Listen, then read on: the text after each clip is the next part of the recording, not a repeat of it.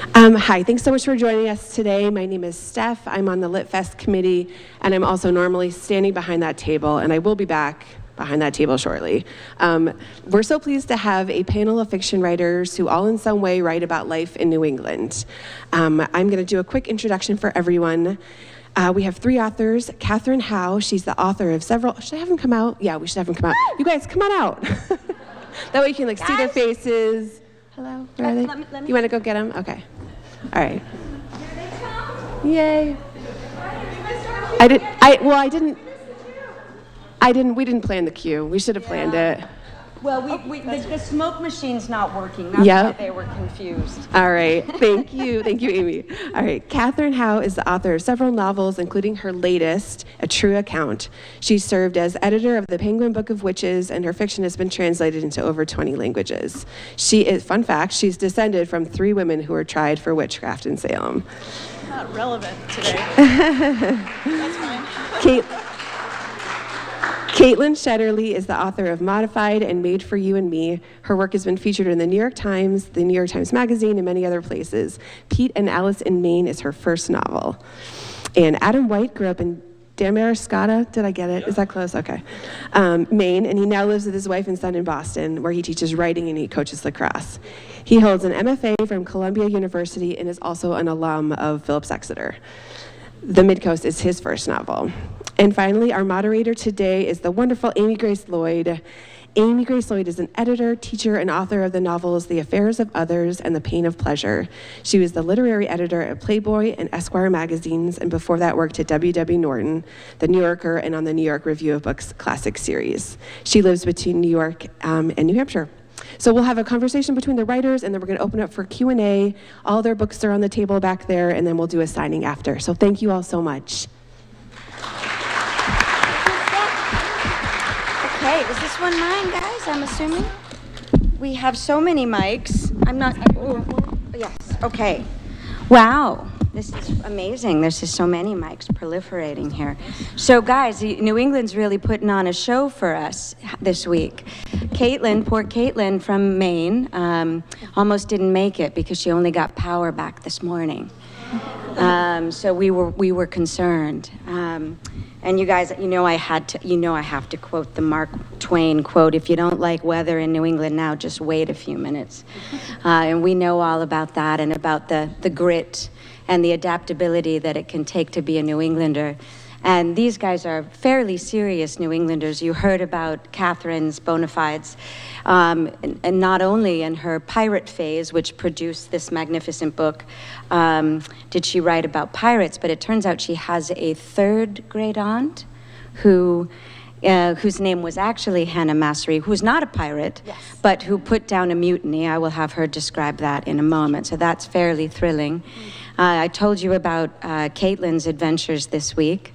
And then Adam over there, he actually went to Exeter. Can you imagine? And look at him, he looks wonderful. They did so well, and he's polite and he's clean. You're about to get me too. Better watch out. Did you go to Exeter as well? No. I'm just, Amy, you're sort of, don't get me too'd by Adam. Oh, me Don't too. sexually harass Adam. Oh, no, I'm not doing that. I'm just speaking of him as a generally clean, well-lit place. And he coaches lacrosse. Yes. Well, I was actually going to ask Adam if he wanted to give us some good coaching advice before we came out, but we missed that opportunity. Maybe later. So, guys, in talking about New England, there's obviously all the books are set in New England. But I'd love to quote Nathaniel Hawthorne because, I adore him. I need to write a book called Nathaniel Hawthorne Saved My Life, which we'll get to at another time and another place. But one of the things he has said, which I've always loved, is easy reading is damn hard writing. And the three of them have produced really magnificent books, both on a prose level, the research that Catherine did, the research that they all, in effect, had to do to some extent. And so I'm very grateful as an editor and a writer that they gave me the pleasure and privilege of spending time with their books. And I hope you all take advantage of it because these are really fine works. The other thing that I think is worth quoting is good old John Updike. I moved to New England partly because it has a real literary past. The ghosts of Hawthorne and Melville still sit on those green hills. The worship of Mammon is also somewhat lessened there by the spirit of irony. I think I think a lot of people in this room and on this stage know about that. And then he adds, I don't get hay fever in New England either. I gotta say I do, but that may be a fault of my own. I also wanted to share this because I think it's a neat place to push off from Alfred Kazin on Hawthorne and his being a New England writer. What we usually get in fiction laid in New England is a comedy that presupposes our detachment. New England is an anachronism.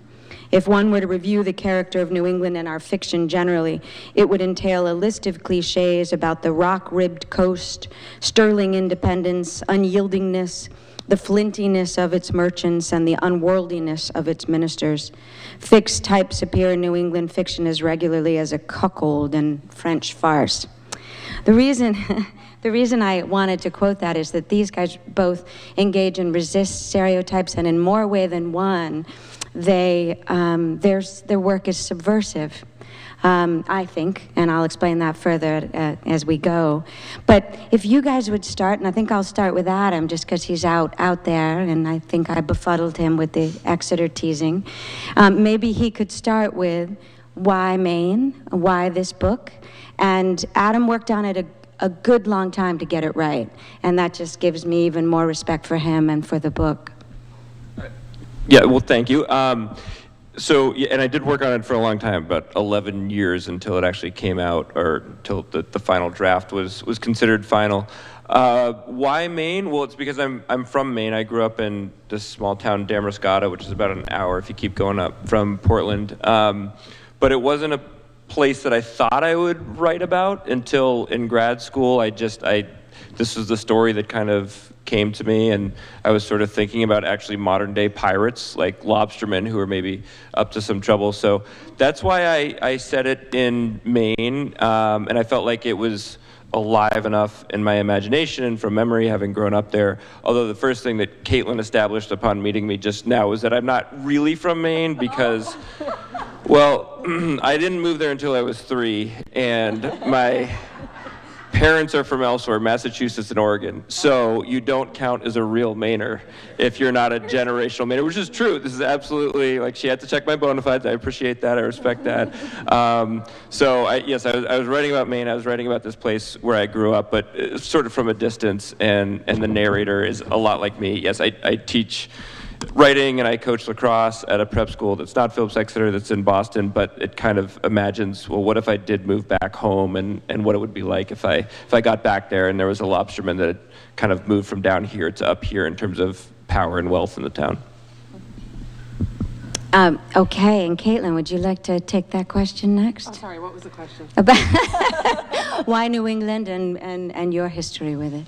You mean why write about New England? Well, why set it there, for example? Well, I mean, I'm born and raised in Maine, as is my husband, and, we won't go over my bona fides right now, but some of them are borrowed, I will admit that. The Pete and Alice in Maine is about a couple that comes to Maine during COVID, and they are from New York, and they have a second house in Maine.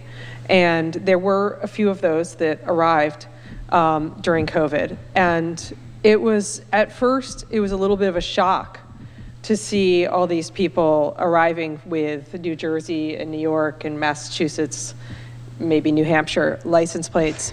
And we felt like we were being infiltrated. I mean, one of the things about Maine that I think a lot of people don't know who haven't, it's a very large state, and it's a very poor state. It's one of the poorest states in the country, actually, and I think a lot of people think of it as just sort of the wealth on the coast, the images that are in movies, and movies usually made in Vancouver, and also, books, but Maine is very poor and very aging. And so we're a vulnerable populace, and we only had like a couple of what were they called? The thing that you needed for oxygen during COVID? No, there's Ventilators. Ventilators, right. Yeah, we only had a Right. couple of we didn't have enough, and we only had, a certain amount of hospital beds and things like this. So, and we were rationing toilet paper as well. So it just sort of this influx of people, I think Maine is poised right now in a very difficult position, which is that people from away want to come to Maine because they want to have the way life should be. They want to have Maine. They want to have this idea of Maine. However, Maine doesn't necessarily want you. That's the most New England thing I've ever heard anyone say. And That's right. But there's a couple reasons we don't want you. We don't want you because our identity is at risk right now. Climate change, too many people, what's happening to our oceans and our fisheries and our natural places, it's undoing our identity, and it's undoing how we're going to withstand the crises that are coming and hold on to who we are. And generally, we're very flinty people who can we put chains on our trucks in the winter, we'll haul anybody out of a snowbank. We might be reserved people, but we're also people who are willing to help. And yet, what's happening now with the climate and the influx of people is sort of beyond what we understand how to deal with. And I'm just being honest. So so the point of the matter is when people were coming from away, at first my husband and I were scared by it. And I remember calling my friend Hannah Pingree, who I went to college with, and she and I are both born and raised there. And she worked with Janet Mills, and I said, Hannah, something needs to happen. Like, we need to put some sort of wall on the Piscataqua River, right? We need to, like, at the New Hampshire border. It's been done. And she was like, she started laughing at me, and she said, so you probably heard about how Trump tried to do that with New York, right? You know how well that went? And I was furious at her, like, didn't speak to her for a while. Done. Not being friends with her anymore. And then I started thinking about, well, what are people trying to find refuge from? Like, we don't want all these people coming, but you don't just pick up and try to come to Maine because you have nothing. Like, what, there's more going on than just COVID behind the tinted windows of the Suburban. And so the book is about these New Yorkers who come to Maine to find refuge and what's going on in their lives. And it was a practice, during the pandemic. During the pandemic, and it was an exercise in empathy for me. So that's a super long answer, but. But it was a good one. And can you do me a favor, love? Early in the book, when Alice and Pete and their two daughters arrive, they're greeted with a kind of welcome from the locals. Page 16 from Not Quite, okay. 2 hours later. They just arrived. All right. Not quite 2 hours later, we heard the chainsaws. There's no sound quite like the finality, the heavy thud of a tree going down. Then came another thud and the loud bang of limbs cracking.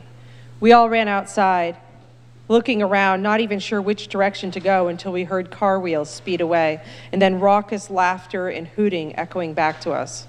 The driveway isn't long, a soft dirt roll through a stand of old cedars and lilacs to a big old white pine that casts a cool shade in summer onto the main road, which is tar. We could see immediately that, at the bottom of the rise, 2 of our trees were down. Our big, impressive oak that punctuates the right side of our field along the road lay spent across our driveway. Farther down lay our white pine, its crooked branches that made it look like a modern dancer swirling in the middle of the stage were now all akimbo on the ground. All the world's a stage, I used to say to the girls every time we pulled in. All 4 of us ran down the hill and stood together, looking at the trees. No one was around. The trees seemed to be shuddering with their last breaths of life. Are we staying forever? Iris asked, her eyes huge in her head. Do we even own a saw? I asked Pete. I told you, I thought we should stay in New York, he answered. You never said that. And besides, you had your own goddamn reasons for staying. We should call the police. Ha, Alice, the police. Dale's cousin is Jimmy Eaton, a policeman, as you might remember. He's probably off duty today and came over to help in his flannel and work boots. I've told you this before. Maine is a lawless country. Every local's got a gun back in the back of their pickup. It's Texas with bean boots. Thank you, love. And it relates so much to Adam's book, so I had to have you read that. And Adam, would you mind reading just the opening of your book? Sure. Yeah. And I'll tell you to where. Follow that, Adam. Yeah, well, good luck, buddy. Yeah. Do my best. Exeter. At least I'm clean. Excellent. He's very clean. Okay, so start. No, a clean, well-lighted place That's is right, what you were Mike. described okay, as. okay. I'm not sure that's good, but So start just at the beginning? Absolutely. The prologue. Okay, this is the prologue. Back when I lived out of state, people always used to get excited when they found out where I was from. They didn't meet all that many Mainers. I was like a moose descended from a log cabin, wandering their backyard, eating their shrimp, and wondered if I was from anywhere near the town where they'd gone to summer camp or cruised in their custom sloop. Sometimes I was, sometimes I wasn't, but Maine is a large state with more coastline than California, I like to point out. Plenty of old gray villages like the one I grew up in, plenty of places to get lost or hide, especially when socked in by a heavy fog. Maybe they'd heard of Damascotta if they'd ever taken a vacation to the mid-coast, but they tended to pronounce the name wrong and then ask what it meant, and I would say either River of Little Fishes in Abenaki or something Scottish. We weren't really sure. If they asked what the town was known for, I would have said brick making, then ice shipping, then oysters and this one little gallery that sells lobster buoys painted to look like political figures. But this was all before Maeve and I moved back home and bought our coastal charmer with a view, a listing so pyritic that its author, our realtor, met us at the door mid-apology and with a referral to a rodent removal service. Wonderful, thank you. Yeah, I mean, it's so interesting. Different kind of Mainers, different kinds of approaches to Maine, inside and out, class. Because in your case, Caitlin, you're both the person who might want to cut the tree down, and the person who's looking for refuge, right? Yeah. me personally. Yeah. As you were saying, you want us to stay out. Well, I think what I want to do is protect. I think that what we need to do in Maine is try to protect the refuge that we've had in Maine for anybody from people born and raised there who believe in the sort of salty tenets of our existence to the creatures that migrate in and out or stay or live there year round, to the indigenous peoples. There's a way of life and protection that has to, it would be nice to keep. How about that? Sure.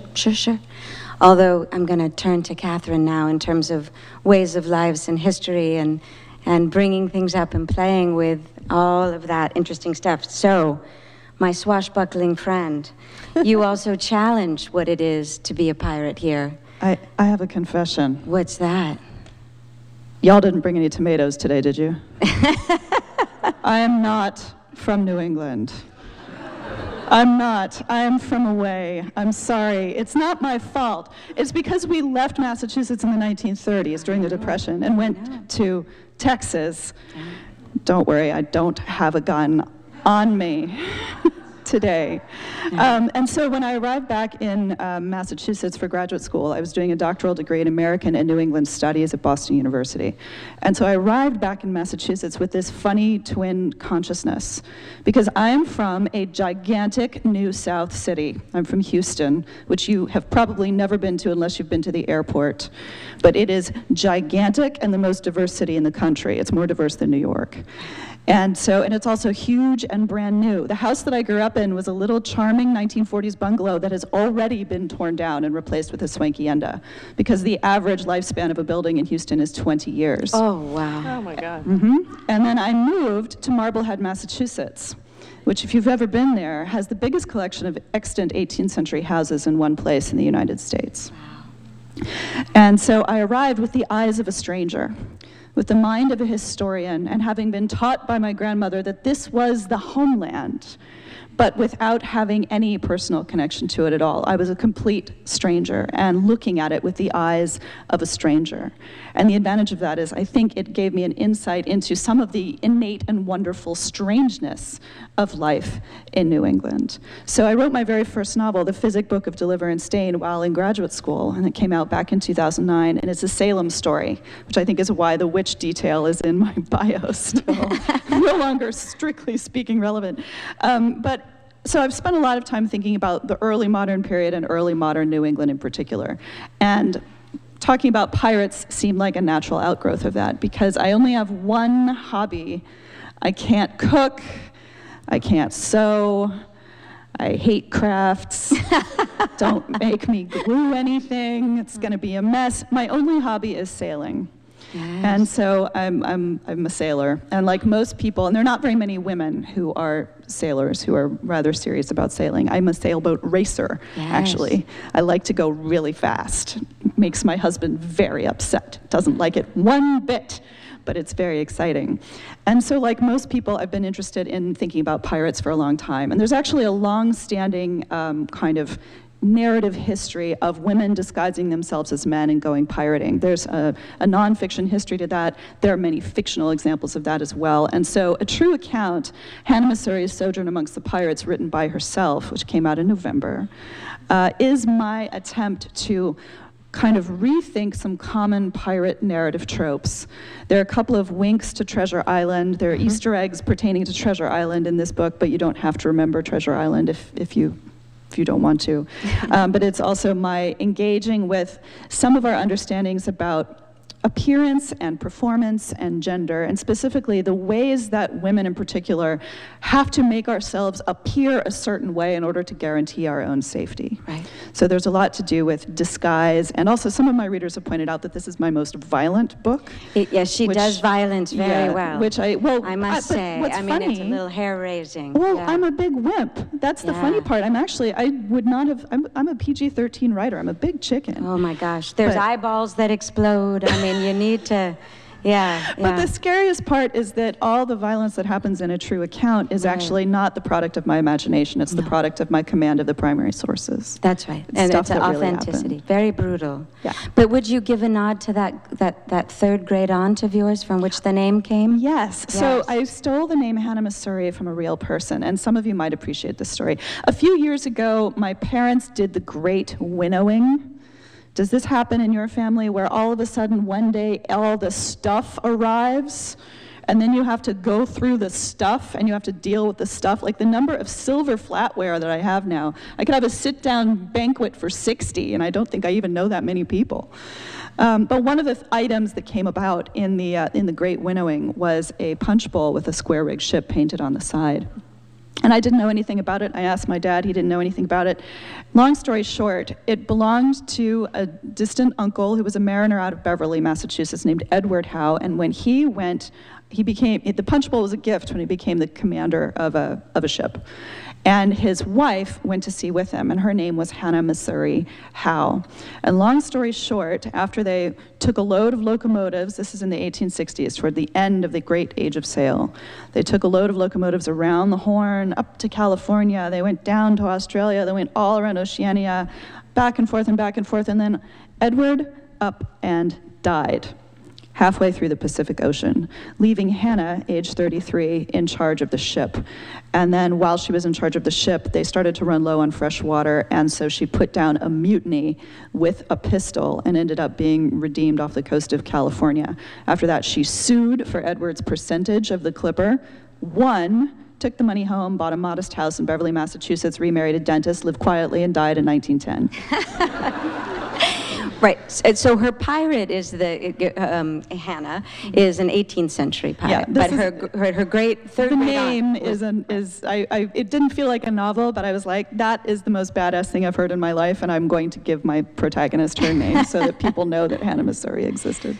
And the other thing that links these books, besides the setting and besides what I think is fine writing and a certain amount of testing stereotypes and pushing through them, is there's two things. There's strong women in all three of these books, right? Strong women who are trying to, Steph, in your case, obviously Alice, trying to figure out whether she should stay with her husband or not, and you're Hannah, right? And also, what's interesting about Catherine's book is it goes between this sort of high moment in piracy in the 18th century to the 1930s, where historian is trying to, the story has been found, this account, she's trying to decide, Dr. Marion Beresford, whether it's authentic or not. It's a treasure hunt. You can't have a pirate novel without a treasure hunt. There's also a parrot. Right, there is a parrot. Arrêtez, arrêtez.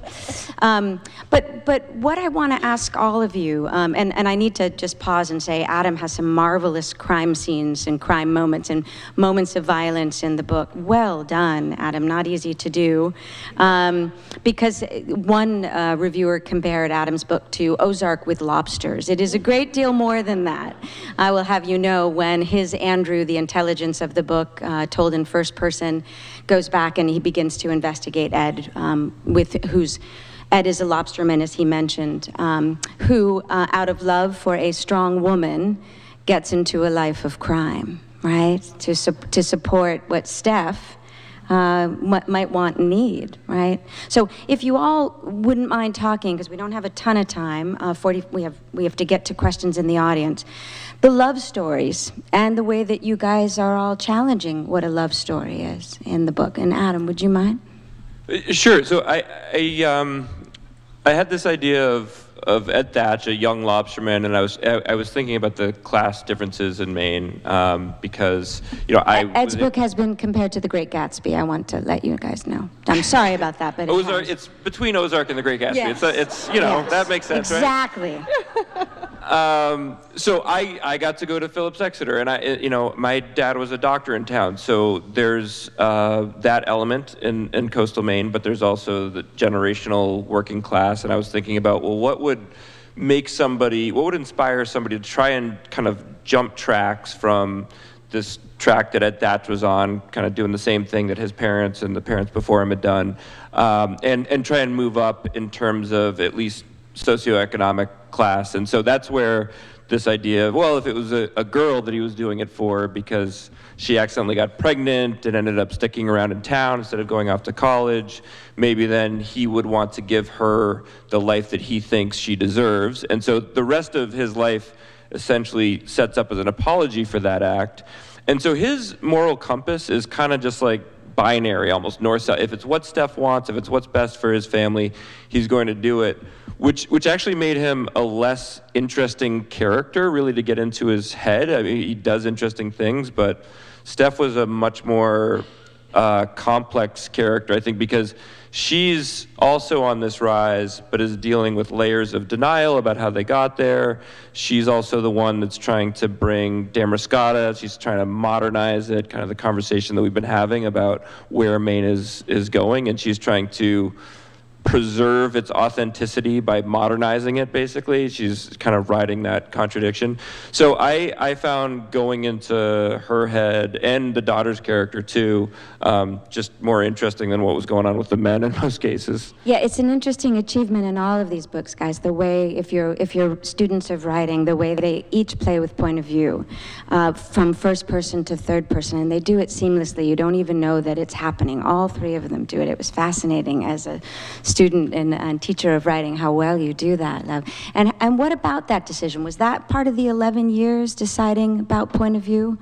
Yeah, so the first few years were, the story is actually in the third person. I wrote the story in the third person about this family, the Thatches, and it was alternating perspectives throughout, but it was missing something, I think, namely voice, or just something that felt more personal from me. And I also think some of hopefully the depth that's there in terms of the differences between classes. So it was either throw the novel out or rewrite it drastically different from the first person perspective. So that's what I did. But yes, it was a arduous renovation. So some of the years were just figuring that out. And Caitlin, Yes. you do, it's first person Alice, and then we get Pete in the third. Right, Pete Yeah. and the girls in the third. That's right. Their two daughters, Yeah. Iris and Sophie. Yeah. I wrote Pete and Alice in 6 months, but I think when you go to Exeter, it maybe takes a little bit longer because you have so much more that you're bringing to the table to consider. But when you don't, be mean to And Adam. the Look ghost, at him. and the He ghost can't defend himself. and the ghost of Irving, right? Right? The hauntedness you've got of way more than Yeah. you're Supposed to be a holding. home game for me. the hauntedness of New England. Adam himself is bless very your heart. haunted, You I dropped out feel. for Boston. Adam is No haunted. But back to you, my darling. Up, down, whatever. So in mine, actually, sort of listening to you, I was thinking about the same thing. When I first started writing Pete and Alice, as I describe this sort of funny thing that happened at the end of the book, where it was in April of 2020. And we were all taking tons of vitamins and supplements at that point. Please don't tell me you weren't either. You were. I know you were. We're all pounding echinacea and elderberry and acidophilus and all these things. And so I was down at the fridge taking my acidophilus because then I was making sure it was really potent. And my husband was asleep upstairs. And this voice came to me. And the entire first 2 pages sort of downloaded in my head. And I knew who it was. I had a name for this person. It was Alice. And I thought, I don't have time for this right now. I'm teaching my kids French cooking. We're learning about Egypt, and everybody's home, and there's the middle of a pandemic. And there was this other novel I was supposed to turn in June, which is the one that I've been trying to do for 11 years. And that I just was like, I just do not have time. And so I went upstairs and I wrote down this thing that she had said.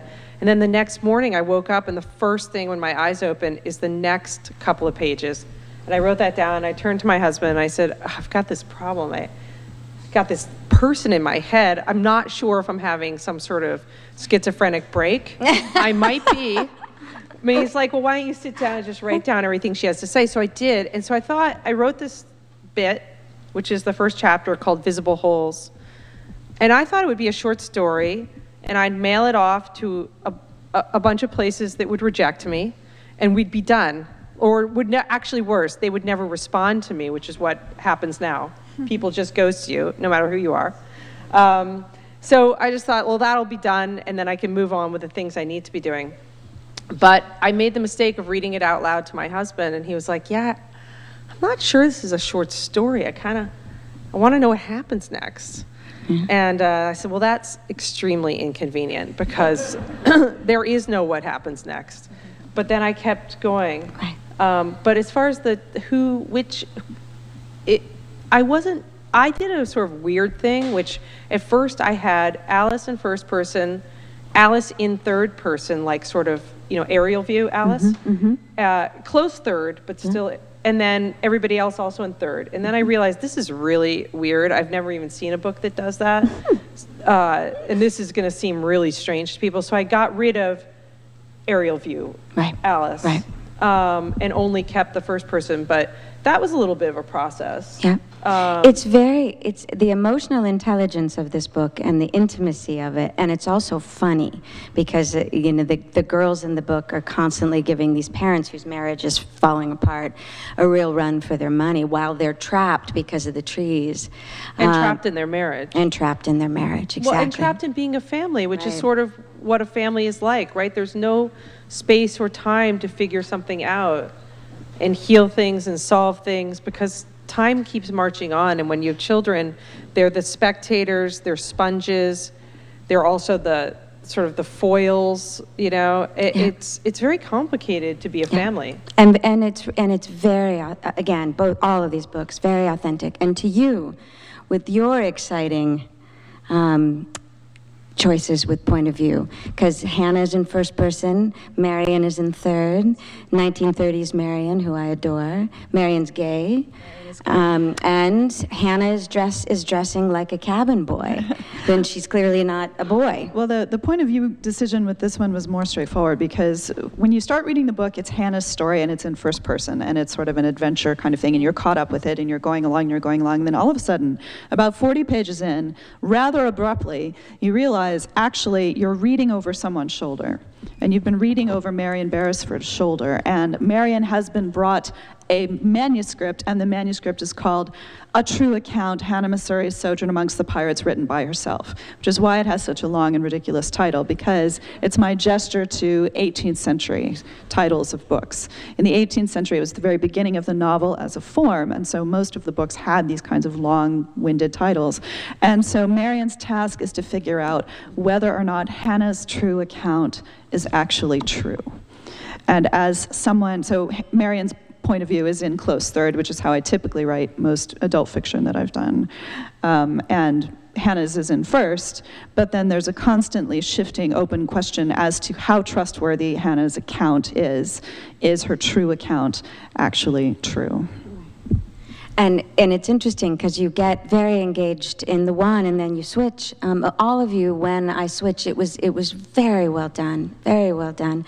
And I thought, yeah, I'm going with it. I teach writing as well, and sometimes I have to really school people about point of view. But these three schooled me, which was lovely. Talk to me also, guys, about the ways in which things are left open-ended. Like, that's one of the great marks of literary fiction that a lot of people don't like, but I like it. And these three all do it very well in terms of bringing you to a place of great satisfaction, but also letting there be some open-endedness to it. So was that a difficult decision starting with you, Adam? In terms of the ending? Yeah. So you do something Without tricky giving it right away. there. No spoilers. Yeah. Yeah, well, I guess I can't spoil something that's left ambiguous. Although I feel like there is an end to the story. What's absolutely, ambiguous is absolutely. what would happen next, and And it leaves room for a sequel. Yeah, maybe. With the first-person narrator, there were always, and actually, one of the things I liked about writing from the first person was that there were limits to what he could know. Right. So once he reaches the end of what he can know, it's just speculation at that point. Absolutely. So, and I do think some readers they really want to know, is this, what does happen? And Right. for me, I don't know. If it's not on the page, then I can't really tell you. They might be in the Caribbean, they might be somewhere else, but right. that's... One of the achievements of Adam's book is that you really root for a man who's doing some terrible things. Washington Post said it's the lengths that a person will go to protect his family, but it's really the love story. It is the family, but it's really Steph that it starts from. And you like Ed, the lobsterman who starts breaking into the houses and doing other things, including, with drugs, thus the Ozark comparison. And love, I think that's an achievement of your book. I liked Pete, even though he's... Oh, that's the thing. You have to like Pete. I like Pete, even though he's cheated on, I think it's fair to say not been that faithful. No, just you as a learn that teaser. you learn that on the first page, yeah, so that doesn't spoil Trying to be anything. careful, right. No. You learn that on the first page. That's okay.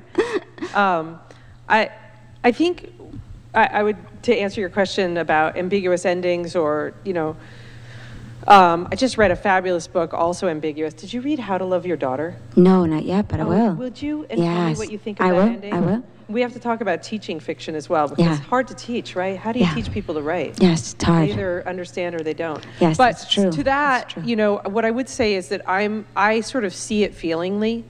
I don't even remember writing this book in a weird way. I read it really fast. I wrote it really fast, sorry. And I just sort of wrote it like, it just downloaded, it just came out. There was almost no rewriting, except for this funny switch between the third and the first person, as I mentioned, which actually I hated doing. I hate little writing tasks like that are niggly and annoying. Like, so much so they almost make me feel nauseous. It was really difficult. I almost felt like I was having to put on some sort of hirsute or something. But the ambiguousness. I am writing a second book with Alice. Oh, wow, I'm And so happy to hear it. It starts So in happy France to with the hear it. Pyrenees burning Oh my God, in the Alice summer of is, 2022. So I'm going from climate issues to climate issues in a way, yeah, and yeah. issues of what's happening. Well, that is good But, news about Alice, not so much the climate issues. Yeah, we just finished that deal with my editor, so we're Wonderful, we're excited about it. congratulations. It's going to be done in a couple months. I know. There you go. And Catherine, I like a lot of your pirates. Thank you. And in an act of great daring, we have she begins the book with a hanging. And William Bligh is the unfortunate, and Cotton Mather, look at her, pick an actual figure. She's not afraid. William Bligh was real. I know. He was a real person. I know. That's what I'm saying. These are all real. And Cotton Mather says, you know, you must relent and tell me what happens in terms of likability and ambiguity. William Bligh was a real guy. He was a mariner who was subject to what he called hard usage, and so he led a mutiny. While his ship, the Elizabeth, was off the Carolinas, they murdered their sailing master, chucked him overboard. They chucked over the doctor as well, and anyone who stood in their way. And then they renamed the ship the Fame's Revenge, and they went pirating. Now, the tricky thing is, as you probably know, sailing a ship is one skill set. Navigating a ship is a completely different skill set, and William Bligh did not have that skill set. And so he kidnapped a fisherman to make him navigate them to Martha's Vineyard to get fresh water and food.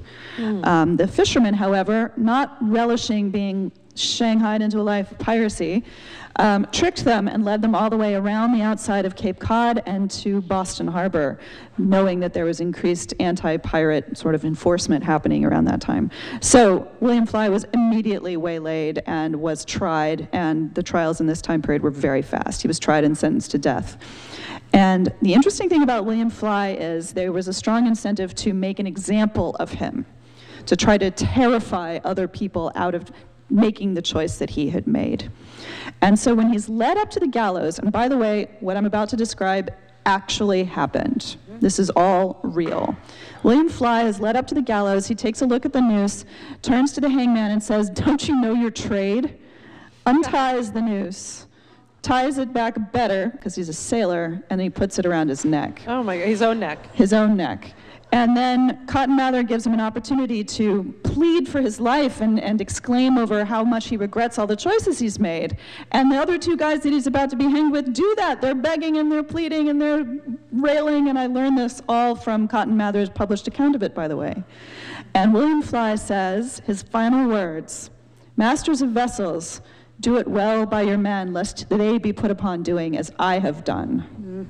He's not sorry at all, not even slightly. And so the action in A True Account starts with my fictional character, Hannah Masuri, who has been bound out to service her entire young life in a waterfront tavern that was a real place called Ship Tavern. She has no power or anything of her own, and she watches this man refuse to bow to authority, and that's what launches her on her adventure.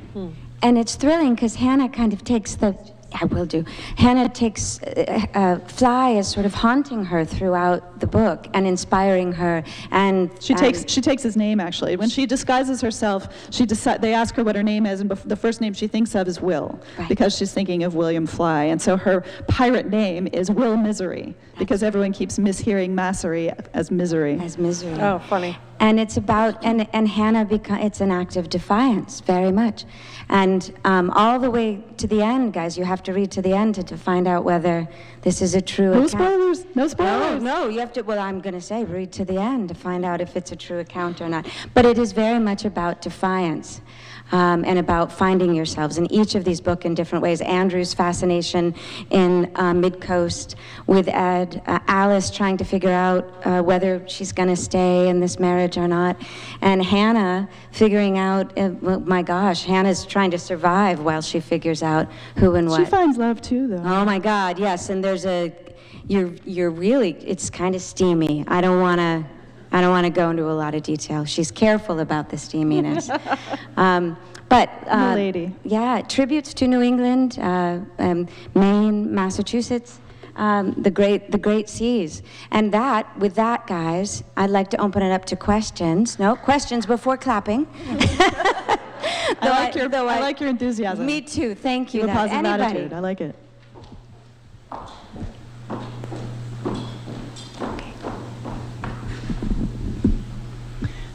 Recently, I've read a few books where there were real historical figures in real places, geographical places, and the authors treated the real people pretty idiosyncratically.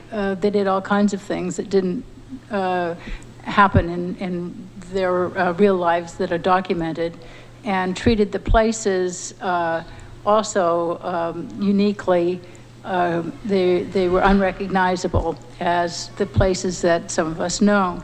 So I wondered, how do you handle historical figures and real places? What sort of rules do you have for yourselves about these real people and places?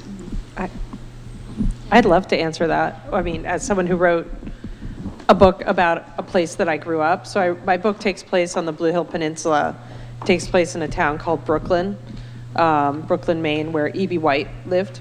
And I went to the high school in Blue Hill and grew up there. For me, this may be just I've written nonfiction as well, and written a lot of reported pieces, and I used to be a fact checker at the New Yorker. That was my second job out of college. And I really think it's very important, to me, it's very important to be very accurate with the real world around the fictional characters. So I go to great lengths to do research, to make sure I have things right, have even the amount of time it would take to drive your car from A to B, to, I love that, mixing that scaffolding in with the made-up world, in my case, of a family during COVID. So I think the minute you start to fudge that, like, say, make a mistake with a bird, for instance, that would never be in Maine in June, and you lose somebody, and what you lose is their trust. And I know that feeling as a reader, to lose trust, and I prefer not to wager losing trust like that. Catherine. Yeah, I would agree. So I'm trained as a historian, and my other publishing life is I'm Anderson Cooper's co-author for his 2 recent history books, Vanderbilt and Astor.